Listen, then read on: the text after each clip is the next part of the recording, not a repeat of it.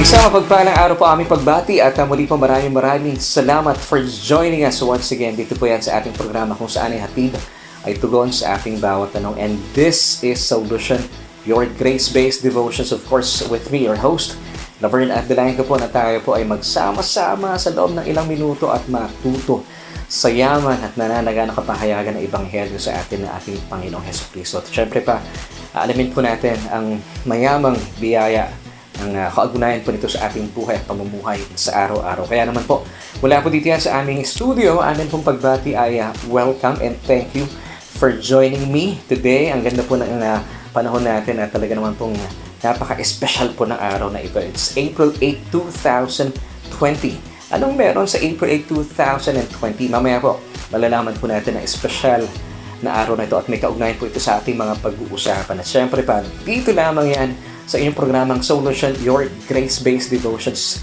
with me, your host, Verne. At syempre, binabati po natin ang ating mga kababayan saan man kayo panig ng daigdig. Good morning, good afternoon, and good evening. Maraming salamat po. At nandyan ka pa rin nakatutok at nanonood. At syempre, sa mga kaibigan ko natin dito sa Pilipinas at sa buong Mega Manila, isang magandang gabi po sa inyo dahil tayo po ay napapanood every night. Tuesdays, Wednesdays, and Thursdays via Facebook Live. And of course, pwede niyo po kami sundan at mag-subscribe na rin po kayo sa ating YouTube channel. That's MISMOtv, MISMOtv. At pwede niyo pong balik-balikan yung mga episode na ating mga tinalakin na pinag-usapan na para gamitin niyo po sa inyong mga personal meditation or Bible study. Kaya po na ginagawa po na ilan po sa mga suki natin dito yan sa ating programa. At syempre pa sa ating pagpapatuloy, habang hinahanda nyo na po ang inyong mga ballpen, lapis at papel. At syempre, wag kakaligtaan ng Biblia. Narito po muna isang awiting hatid po namin sa inyo habang tayo po ay naghahanda at alam ko pong excited na po kayong ipagpatuloy po natin ang ating mga pag-uusapan. Dito lang yan, syempre ta, sa inyong programa kung saan ay hatid ay tugon sa ating bawat tanong. And this is SOULution, your grace-based devotions, of course, with me, your host, Verne. May busilak na araw ang sinilang sa gitna ng dilim, sa pagmulat sa isang dati di maangkin, sa hirap ng pasanin, sa pilit kong buhatin, sa karamihang suliranin. Ako'y iyong tinawag, agad mong ang binuhat, ngayo'y naunawa ang ganap.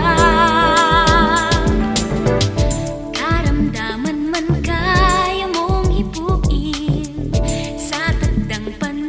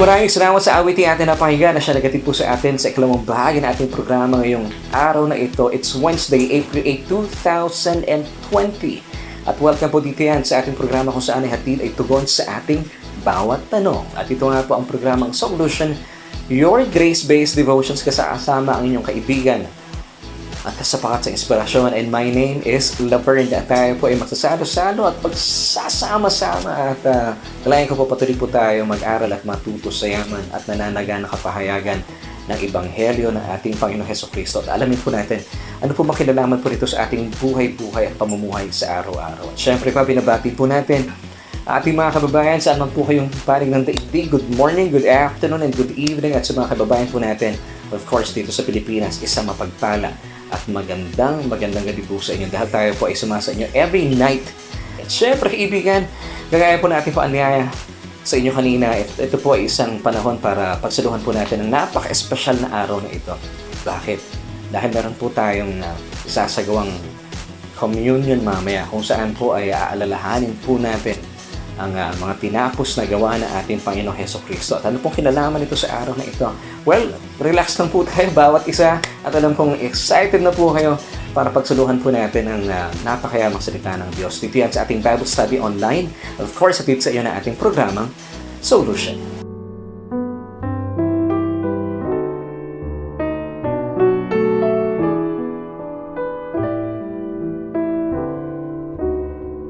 Muli po isang pagpalang araw at magandang gabi po sa ating mga kababayan dito yan sa Pilipinas. And of course, aming pong pagbati sa mga kaibigan po natin sa labas na ating bansa. Good morning, good afternoon, and good evening. Dahil tayo po ay pinagsasama-sama, bagaman iba-iba po ang ating time zone, pero salamat sa Panginoon. Tayo po ay pinag-uugnay ng technology, ng Facebook Live, and of course ng YouTube.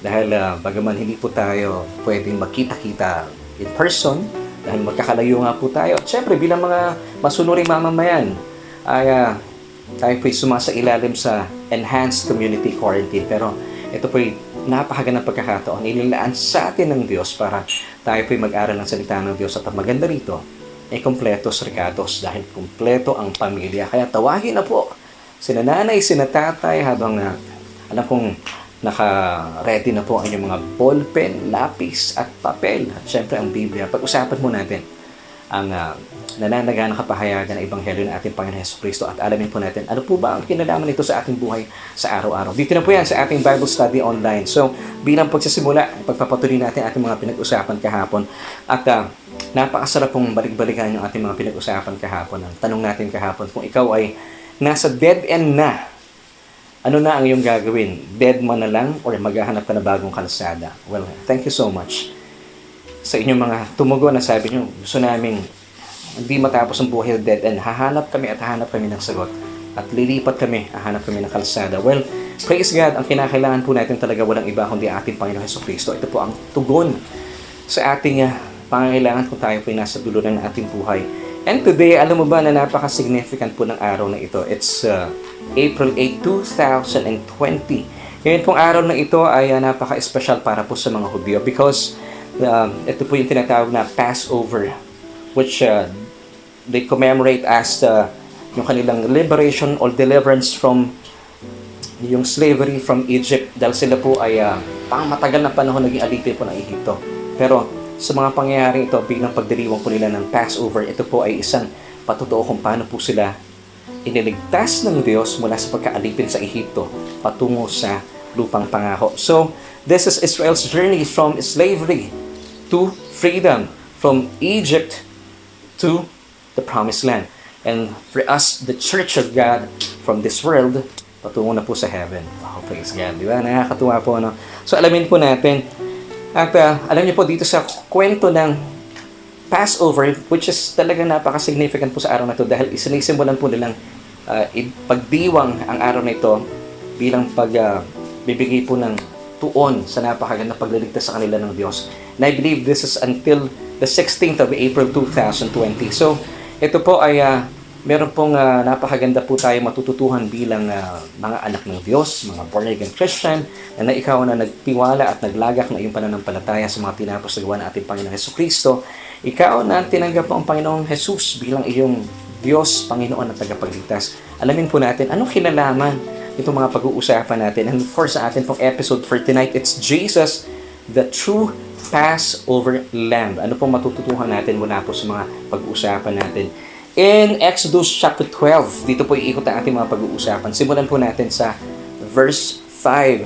And it says, your lamb shall be without blemish, a male of the first year.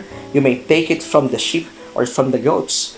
So kinakailangan po, ang sabi ng Diyos po sa mga Israelita, dapat maghanda po sila ng isang lamb. Ngayon, dapat po ito ay walang blemish. Well, ang maganda po dito, it's a type of Jesus. It's a picture of Jesus, but po walang bahid. Dahil po ang ating Panginoong Jesucristo, He knew no sin. Ayon po sa 2 Corinthians chapter 5 verse 21. He did no sin, 1 Peter chapter 2 verse 22, and in Him is no sin, 1 John chapter 3 verse 5. So lahat po ng mga makikita po natin, yung tupa na kanila pong kakainin on the night of the Passover, it's the picture of Jesus Himself. Now sundan po natin in verse 7, it says, and they shall take some of the blood and put it on the two doorposts and on the lintel. So inutusan po sila ng Diyos, mula po dito sa kanilang lamb, ay mula po sa dugo nito ay ipapahid po nila sa kanilang lintel at sa kanilang doorpost. It's a picture of the cross. Where they eat it. So kanila pong gagawin, sila po ay magsasalo-salo ng gabing ito. Actually nangyari po ito midnight, hating gabi. Pagsasaluhan po nila, at doon sa bahay na kanilang pagsasaluhan, ipapahid po nila sa kanilang lintel and doorpost. It's a picture of the cross, yung dugo. And in verses 12 to 13, Exodus chapter 12, ang sabi po dito ng Diyos, for I will pass through the land of Egypt on that night, and will strike all the firstborn in the land of Egypt, both man and beast, and against all the gods of Egypt I will execute judgment. I am the Lord. And then verse 13, now the blood shall be a sign for you on the houses where you are, and when I see the blood, I will pass over you, and the plague shall not be on you to destroy you when I strike the land of Egypt. Now, going back to this verse, now the blood shall be a sign for you. Yun po ang sabi ng Diyos. So tayo po bilang mananampalataya, alam niyo, ang ganda po ng mga katotohanan ito. Tayo rin po bilang naglagak na ating pagtitiwala at pananampalataya sa mga tinapos sa mga tinapos na gawa na ating Panginoon Jesucristo sa krus ng Kalbaryo. Alam niyo po ba, tayo rin po ay minarkahan ng dugo ng ating Panginoon Jesucristo. And then, sabi pa ng Diyos, and when I see the blood, I will pass over you. Bakit po nilampasan sila? Ayon po dito sa talatang ating binasa, di na po mararanasan ng mga Israelita ang salot. Ano ang dahilan? The answer is, it's all because of the blood. Mula po sa talatang ito, muli po sinasabi, the blood shall be a sign for you on the houses where you are, and when I see the blood, I will pass over you. Ngayon, ito po napakagandang katotohanan. Sa buhay po natin bilang mga mananampalataya, at ito po yung lagi kong sinasabi, pag sinabi po natin mananampalataya or believer sa mga, pag sinabi natin believer sa mga tinapos na gawa ni Kristo sa krus ng Kalbaryo, ibig sabihin, naniniwala po tayo sa kanyang pagkabayubay sa krus ng Kalbaryo, sa kanyang pagdurusa, binayaran po ang lahat ng ating mga kasalanan. So tayo po yung mga mananampalataya, tayo po ay malayo na sa anumang kapighatian. Ito po ang pangako sa atin ng Isaiah 54 verse 14. And of course, wala na pong armas ang dyablo na bagaman ito po ay ginawa na laban sa atin, ang siyang magtatagumpay. Isaiah 54 verse 17. Bakit? Dahil tayo po ay tinubos na ng dugo ng ating Panginoon Jesucristo. At ayon pa sa verse na ito, Isaiah 54 verse 17 and verse 14, kung tayo po ay tinubos na sa krus, sa dugo ng ating Panginoon Jesucristo, ano po ang turing sa atin ng Diyos?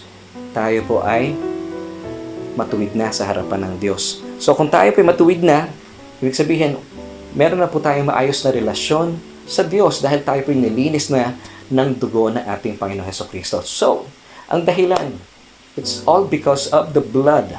Now, Ephesians chapter 1 verse 7 tells us, in Jesus we have redemption. So kung kayo po isang mananampalataya, don't try to have it. In Jesus we have redemption. We already have it. The forgiveness of sins. How? Through His blood, we have redemption. Through His blood, the forgiveness of sins according to the riches of His grace. Ngayon, isa pa pong mainam na tagpo na bigyan po natin ng pansin ay ang pamamaraan po ng pagkain ng kanila pong lamb sa oras ng Passover. Meron po tayo makukuhang napakagandang revelation po mula sa katotohanan ito. In Exodus chapter 12, verses 8 until 9, it says, then they shall eat the flesh on that night, roasted in fire. Take note ito pong sinasabi ng Diyos. It should be roasted in fire with unleavened bread, and with bitter herbs they shall eat it. Verse 9, do not eat it nor raw or boiled at all in water, but it should be roasted in fire, its heads with legs and its entrails. So kasama ro po na sa Tagalog ay iihawin or lilitsunin. It should be roasted in fire. Buo po, kasama ang ulo, kasama ang legs or yung mga pata, at syempre yung mga lamang loob, yung entrails. Ngayon, ano pong ibig sabihin po nito? Bakit po sinasabi ito sa atin? Itong mga verses na ito. Remember, wala pong insignificant details sa Biblia. Meron pong ipinapakita sa atin na revelation ng mga talatang ito. So, to answer the question, ano pong nais pong ipahatid sa atin ng mga talatang ito? Ang kapahayagan po ng tunay na ebanghelyo ay hindi dapat hilaw. Hindi po dapat inilaga lamang sa tubig. Kagaya po ng sinasabi ng verse 9. Dapat hindi po siya kakain na hilaw o inilaga sa tubig. Ano po ibig sabihin nito? Ito po tumutukoy lamang sa mga pagtuturo ng pangkaraniwan. Ito po yung naririnig natin sa maraming churches today. Ibinibigay po nila yung mabubuting mga aral lamang ng ating Panginoon Hesukristo. You have to do this, you have to do that, the do's and the don'ts. Or let us call it the GMRC, good manners and right conduct. And then they call it the gospel. Kasi pangkaraniwan, nilalagyan po nila ng mga verses para magtunog ebanghelyo. Well, this is not the gospel. Dahil ang tawag lamang po dito, kung ito po ay mga puro the do's and the don'ts or the 10 keys to be successful, 7 ways to please God. And then magbibigay po ng mga verses. Ang tawag po dito, hindi po gospel.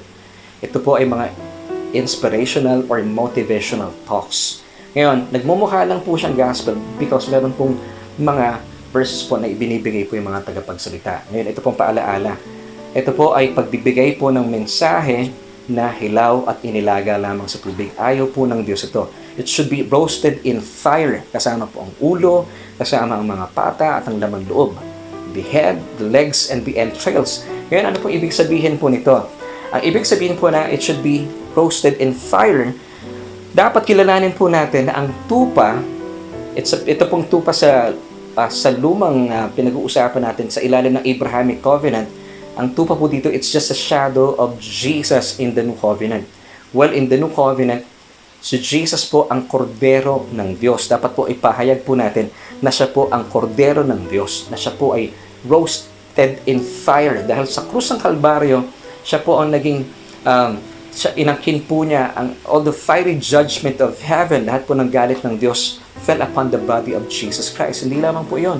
Lahat po ng ating kasalanan, lahat po ng ating mga karamdaman, lahat ng ating sakit, kahirapan, lahat po ay inangkin po ng ating Panginoong Hesukristo sa kanyang katawan. Siya po ay talagang roasted in fire. Dapat ito po kilalanin po natin at doon po sa krus ng Kalbaryo, buong puso po niyang kinilala at inangkin ang pakay at kalooban ng Ama na siya po ay isinilang upang magdusa at sa kanyang kamatayan pagbayaran po ating mga kasalanan. Ito po ang mensahe ng Ebanghelyo. Na ibig sabihin, it should be roasted in fire. At tanggapin po natin, hinangkin po niya ang lahat ng mga hindi mabubuting bagay nito. Of course, He did not deserve. So that today, maangkin po natin yung mga bagay na we do not deserve. Ang tawag po dito ay biyaya. So ito po ang kinakailangan pong ipahayag po natin that through the finished work of Christ on the cross, lahat po na ating mga kasalanan, Colossians 2:13, ay pinatawad na pong lahat. Past, present, and future. This is the message of the gospel. Ito po yung gospel. At dapat, pag pinapahayag po natin ng gospel, dapat it should be roasted in fire. Now, ituloy po natin. Because of what Jesus did on the cross, Acts 13:38 until 39, ito po ang napakagandang pangako po na panghawakan po natin. Therefore, let it be known to you, brethren, that through this man, of course, he was referring to Jesus, that through this man is preached to you the forgiveness of sins. Verse 39, and by him everyone who believes is justified from all things, from which you could not be justified by the law of Moses. And verse 11 tells us, isa pang napakagandang katotohanan na dapat po natin malaman, and thus you shall eat it with a belt on your waist, your sandals on your feet, and your staff in your hand. So you shall eat it in haste, or dapat po nagmamadali habang kinakain. It is the Lord's Passover. Now, ano po ang kinakailangan po natin maunawaan? Ipinapahatid po ng talatang ito once again in Exodus chapter 12 verse 11 na habang kinakain po natin ang lamb na ito na sinasabi po ng Diyos, tumutukoy po sa kinakain po natin ng tunay na ebanghelyo ng ating Panginoong Jesucristo. Ito po ay tumutukoy sa mga tinapos na gawa ng ating Panginoong Jesucristo. It should be roasted in fire. Ano po dapat ang ating paghahanda? Dapat daw po nakabihis na tayo. Tayo po nakasuot na ng sinturon. Meron na tayong sandalya sa ating mga paa at hawak na po natin ng mga tungkod. Because nung mga panahong iyon, nung sila po ay nasa Ehipto pa ang mga Israelita, dahil ito po yung pang-10 salot, di ba? Nung ibinigay po ng Diyos ang utos na ito, sila po ay nilagpasan ng angel of death because of the blood. Ngayon, sabi po ng Diyos sa kanila habang sila po ay kumakain itong roasted in fire na lamb. At dapat po nakabihis na po sila. Ibig sabihin, nakasuot ng sinturon, meron na po silang sandalyas at ready na po yung kanilang tungkod. Ibig sabihin po nito, napakagandang patotoo na the following day, kasi nangyari po ang Passover midnight, the following day, umagang-umaga, sila po ay pinalaya na. So sabi ng Diyos, be ready, kaya po dapat nakabihis na kayo. So ano pong maganda pong katotohanan po sa mga pinapakita po sa atin. So, importante po na meron tayong matututuhan sa araw na ito. Because sa araw pong ito, ganon din po tayo bilang mananampalataya habang tayo po'y kumakain sa tunay na ebanghelyo ng ating Panginoong Jesucristo. Hindi lamang po nilutong hilaw or inilaga sa tubig pagkos ito po ay roasted in fire. Dapat po nakasuot na po yung ating mga sinturon, ating sandalyas, nakaredy na at hawak na din po natin ang tungkod. Ibig sabihin, tayo po'y handang-handa na anytime katagpuin ng ating Panginoon.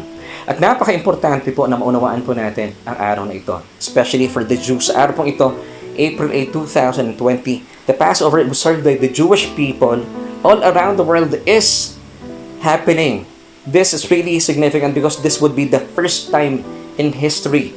First time po ito, sa araw na ito.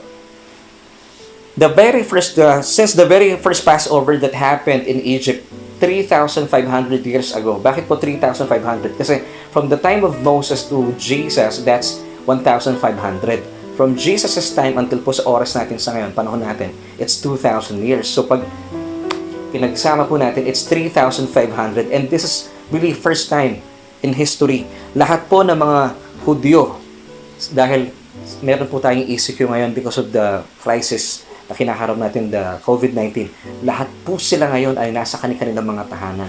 Napaka-significant po at gagawin po nila, isa-celebrate po nila. Gugunitain po nila ang napaka-makasaysayang Passover dahil ito po ay napakaganda sa buhay ng mga Hudyo. Ito po ay patungkol sa kanilang kalayaan mula sa kanilang pagkaalipin sa Ehipto patungo sa kanilang lupang pangako. So ito po ay napaka-espesyal po sa kanila. Ngayon, ang Passover po, the Passover then was observed at midnight. At ngayon po ay, kung ihahalin tulad po natin, noong panahon yon, dahil naghihintay po sila ng kalayaan mula sa Diyos. At nagganap po ang Passover midnight. Sa panahon po natin, kung ilalapat natin sa mga oras na ito, tayo rin po bilang mga individual, hindi lamang mga Pilipino, bawat isa sa mundo. Since we are facing itong krisis na ito, nasa midnight din po tayo na ating buhay, nasa hating gabi rin po tayo dahil kinaharap natin ng krisis ng COVID-19. At ngayon po ay harapin po natin ito. At kung ano pong ginawa nila before sa Passover, gawin din po natin sa ngayon. Because the Passover is just a shadow of the Lord's Supper. Same din po, gabi din po nangyari yun. At of course, Passover, it's a picture of the Holy Communion. Kaya nga po mamaya, ay yayayain ko po kayo, imbitahan ko po kayo. Tayo po ay magkakaroon po ng, we will receive the Holy Communion. Ihanda nyo na po ang inyong mga tinapay at ang inyong, kung ano man po, grape juice na meron po kayo bilang pagtanggap po sa Holy Communion. Samantalahin po natin ang pagkakataon sa panahong ito at patuloy po tayong kumain at magbusog sa mensahe ng tunay na ebanghelyo. At ito nga po ang mga tinapos na gawa ng ating Panginoong Jesucristo sa krus ng Kalbaryo habang suot na po natin ating mga sinturon, ang ating mga sandalyas at ang ating tungkod. Ibig sabihin, tayo po ay handang-handa na at excited na po tayong katagpuin ng Panginoon. Alam nyo, bilang pagtatapos, ito po yung ating SOULution for tonight.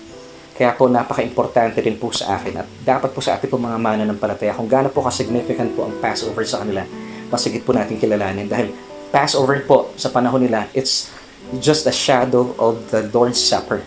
Ngayon, the New Covenant, meron po nangyari nung tumanggap po, kung tayo po ay tatanggapin po natin ang Holy Communion. Dahil nung sila po ay ginawa nila itong Passover, habang sila po ay nasa kanilang mga tahanan, meron pong nangyari. Dahil ginanap po iyon noong midnight, the following day, sila po ay pinalaya na. And this is the good news mga kapatid. After the first Passover was observed by the Israelites in Egypt, doon po kasi naganap po iyon, wala na pong nagawa ang Pharaoh. Sila po ay talagang pinalaya na mula sa pagkakaalipin. At nakamit din po nila ang biyaya ng kalayaan. Alam niyo kung bakit? Dahil sila po ay nasa ilalim ng Abrahamic Covenant. At pong biyayang ito, hindi lamang po sila pinalaya. Doon pa lang panalo na po sila. Alam niyo, meron pa po isang napakagandang revelation po mula po sa atin. Habang nakamit po nila ang ganap na kalayaan mula po sa matagal na pagkakaalipin sa Ehipto, sila po ay pinalaya na at wala pong nagawa si Pharaoh habang sila po ay naglalakbay patungo sa kanilang lupang pangako.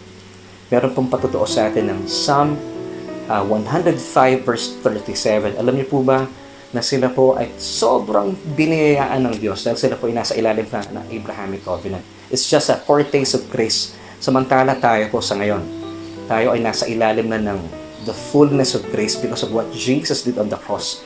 Sila po, nung isinagawa nila ang Passover, or sa atin po bilang anino ng the Lord's Supper or the Holy Communion, ang naranasan po nila according to Psalm 105 verse 37, at dito na po tayo magtatapos, He also brought them out with silver and gold, and there was none feeble. Feeble is very weak among his tribes. So sila po habang nakalabas na po sila mula sa pagkakaalipin sa Ehipto patungo po sa Promised Land, sila po ay lumabas. Dala-dala po nila ang kayamanan, ang pilak at mga ginto. It's a picture of riches. Okay, kaibigan, hindi lang po natatapos doon. Ganun din po sabi ng verse, and there was none feeble among his tribes. Wala po sa kanilang nanghihina. So ano pong meron sa communion? At gagawin po natin ito sa ngayon. Ikaw ngayon na nanonood, marahil kayo po ay nasa banig ng karamdaman. Nais ko po maintindihan natin ang iniwan sa atin ng ating Panginoon Jesucristo, because Jesus is the true Passover Lamb. Ito po ang Kordero ng Diyos na nagdusa at namatay sa krus ng Kalbaryo, at dapat po makilala po natin ang mga katotohanan ito. Ibigan, ito pong katotohanan, kalaki po ng pagtanggap sa communion, kalaki po ng mga katotohanan ito, ang ating kayamanan po ay binigay sa atin ng Diyos. Dahil nakabit din po nila ito. Once again, gusto ko lang basahin. He also brought them out with silver and gold. Ito po ay patunay. Narito po, natanggap po nila yung kayamanan at pilak at ginto. At hindi lang po yun. Ito po ay nagpapatunay sa kasaganahan. Sa mga tinapos na gawa po ni Kristo sa krus ng Kalbaryo, according to 2 Corinthians 8 verse 9, bagaman ang ating Panginoong Jesucristo po ay natural na at likas na mayaman, subalit alang-alang po sa atin sa krus ng Kalbaryo, minabuti po niya maging dukha upang sa pamagitan ng kanyang karukhaan makamit po natin ang kasaganahan. At hindi po natatapos doon.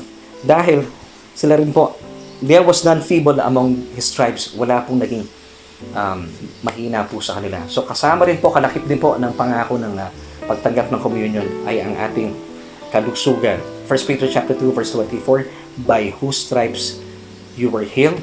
Well, panghawahan po natin dahil po sa mga tinapos na gawa ng ating Panginoon Jesucristo, panghahawakan po natin. Nandyan ang kayamanan, ang kasaganahan at ang kalusugan. So kaibigan, bilang pagtatapos, ito po yung aking solution for tonight. Sa mga panahong ito na tayo po ay nasa hating gabi ng ating buhay. Kagaya po nang nangyari nung first Passover, isinagawa po nila ang Passover hating gabi. Tayo po ay nasa hating gabi ng ating buhay. Nararanasan po natin sa gitna ng krisis na ito ang COVID-19, pero panghawakan po natin. Nandyan po ang kayamanan at kalusugan, hindi tayo pababayaan ng Diyos. Dahil tigit tayo po ay nasa ilalim ng biyaya o ng bagong kasunduan. Ang panalangin ko po, gawin po natin, wag po nating i-take for granted ang communion. Gawin po natin ito sa ating mga tahanan. At habang ginagawa po natin ito, kinikilala po natin ang mga tinapos na gawa ng ating Panginoong Jesucristo. Dahil ito po ang katotohanan. Because Jesus is the true Passover Lamb. At kaibigan, nais ko pong kayong anyayahan, panghawakan po natin. Ang lahat po ng mga nangyari ito, it's all because of the finished work of Christ on the cross. Kaya kaibigan, maraming salamat po for joining me today. Dito yan sa ating pag-aaral ng salita ng Diyos at sa inyo, syempre pa, ng ating programang SOULution.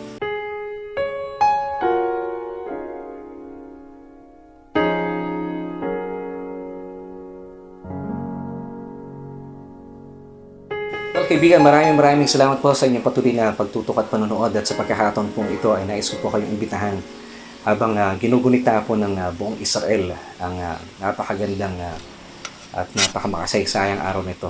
Nais ko po kayong imbitahan, tayo rin po isagawa natin ang isang napakagandang iniwang patotoo sa atin ng Diyos.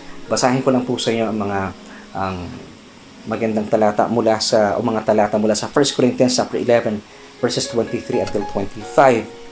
Habang isinasagwa po natin, tinatanggap po natin ang banal na hapunan ito. For I received from the Lord that which I also delivered to you, that the Lord Jesus on this same night in which he was betrayed took bread. Verse 24, and when he had given thanks, he broke it and said, Take, eat, this is my body which is broken for you. Do this in remembrance of me. Ito po ang tinapay, kumakatawan, nagsasalarawan at simbolo ng mga bugbog na katawan ng ating Panginoong Hesukristo sa krus ng Kalbaryo. At kinikilala po natin sa kanyang mga sugat. Ikaw na ngayon na nasa banig ng karamdaman, kilalanin po natin sa pamamagitan po ng sugat ng ating Panginoong Hesukristo. Ikaw ay sabihan pinagaling na. Kainin po natin.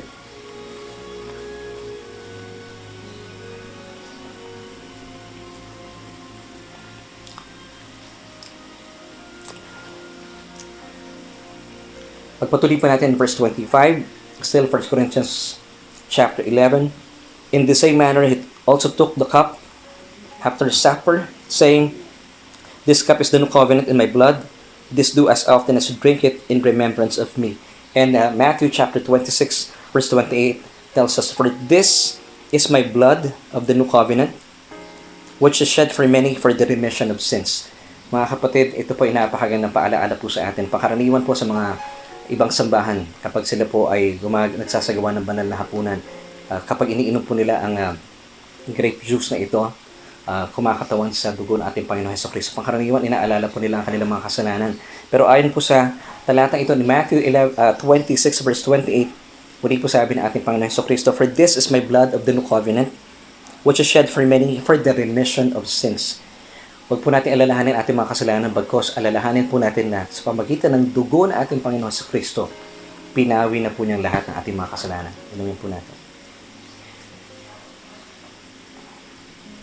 Tayo po'y manalangin. Aming Ama, maraming salamat po sa araw na ito. At kinikilala po namin, bagaman ang aming bansa, aming mundo ay nasa hating gabi dahil pinakaharap po namin ng krisis ng COVID-19. Salamat, Panginoon, isang napakagandang paalaala po sa amin ng araw na ito para po sa mga Hudyo dahil pinagdiriwang po nila ang Passover. Panginoon, napakainam po na maalala po namin na kami po ay nasa ilalim ng bagong tipan. At dahil dito, Panginoon, ang mga bagay na naganap po ng unang panahon ay mga anino ng pagpapakita po sa amin ng mga tinapos na gawa na aming Panginoon Hesukristo, because Jesus is our true Passover Lamb. Salamat, Panginoon, dahil sa aming Panginoon Hesukristo na siyang Kordero ng Diyos, siyang nag-alis ng lahat ng aming mga kasalanan. Gayon din, Panginoon, mula sa kanyang bugbog na katawan, kinikilala po namin na siyang nanonood sa mga oras na ito. Nasa banig na karamdaman or siya po ay merong COVID-19. Panginoon, mula po sa aming pagkilala at pagbibigay pugay sa mga tinapos na gawa sa krus ng Kalbaryo, sa bugbog mong katawan, kinikilala po namin, siyang nanonood sa ngayon ay pinagaling mo na mula sa lahat ng kanyang karamdaman. Salamat, O Diyos, sa mga katotohanan ito. Sa iyong katawan at sa iyong dugo, kami po ay lubusan ng pinalaya. Wala na kami sa pagkaalipin ng kasalanan. Wala na rin kami sa pagkaalipin ng karamdaman. Wala na rin kami sa pagkaalipin ng kahirapan. At wala na rin kami sa pagkaalipin ng buhay na makasalanan. Kami po ay pinalaya na. At nandito na kami sa lupang pangako sa piling na aming Panginoon Hesukristo. Salamat po, O Diyos. Ito po aming samot panalangin sa matamis na pangalan ni Jesus. Amen.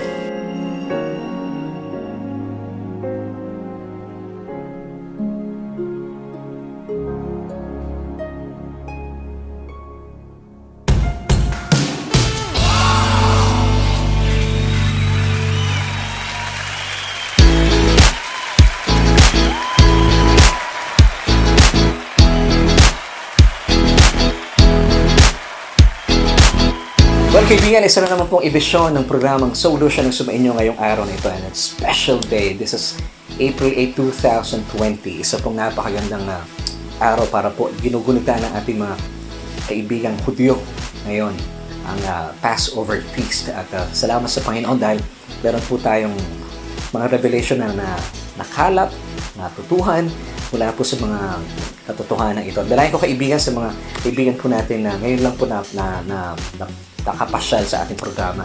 Kaya patuloy niyo po kaming samahan at pag-usapan po natin ang yaman ng mga tinapos na gawa ng ating Panginoon Jesus sa krus ng Kalbaryo. At makita po natin kung gaano po tayo pinagpala at sabihang pinabura ng Diyos dahil po sa kanyang pagsunod sa kalooban ng Diyos Ama. At kaibigan, thank you so much for joining us ngayong araw na ito. At dalayan ko po na patuloy kayo na pagpala at nabuksan ang ating kamalayan na sabihang mahal na mahal po kayo ng Diyos. Pwede po bang maglambing?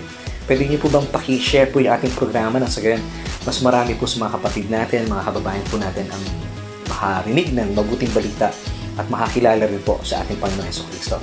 Thank you for joining me once again. At bilang pagtatapos, narito po ang 3 John chapter 1 verse 2, Beloved, ikaw yan, I wish above all things that you may prosper and be in health even as your soul prospers. Bye!